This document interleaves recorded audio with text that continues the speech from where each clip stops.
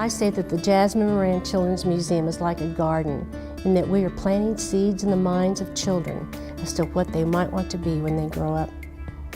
This is the 25th year being officially open to the public. We celebrate tenacity, persistence, passion, commitment. We celebrate education.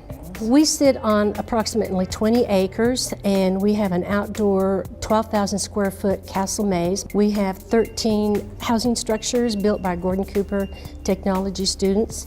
We have a train called the Supersonic Express that goes half-mile within our perimeter.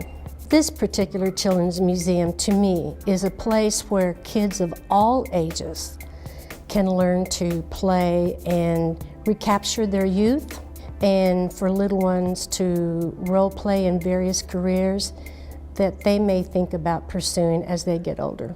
The only quiet moment in this museum is Mondays when we are closed to the public, and at nighttime. But we kind of think that sometimes this museum can come to life at nighttime. We have a friendly spirit we call Grace, and she kind of takes care of our museum at night and does some funny things for us that we find in the morning, for real. Many, many years ago, I was at a conference, and I was in a session where they were talking about you have to have a tagline, you have to have something that speaks volumes of you. And so our tagline is a place where children play to learn and adults learn to play.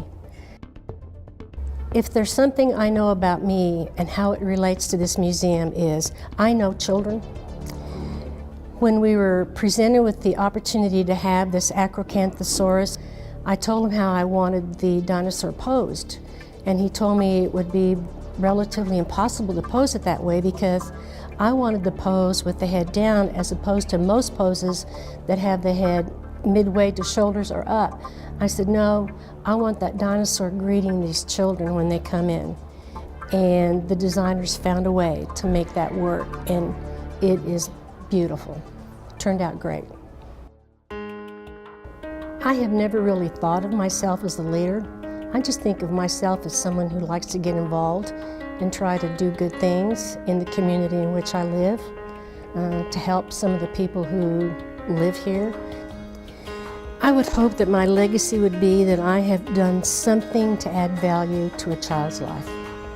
That there will be a memory that child will forever remember because he or she went to the Jasmine Moran Children's Museum. We have had over 1 million people come through this museum in Seminole, America, a community of 7,000 or 8,000 people. And my absolute greatest joy, well, 2 joys, I'll probably tear up, is having my grandchildren come here, number 1, a 7-year-old and a 5-year-old, come here and play. And then to see my kids, my former students, bring their children.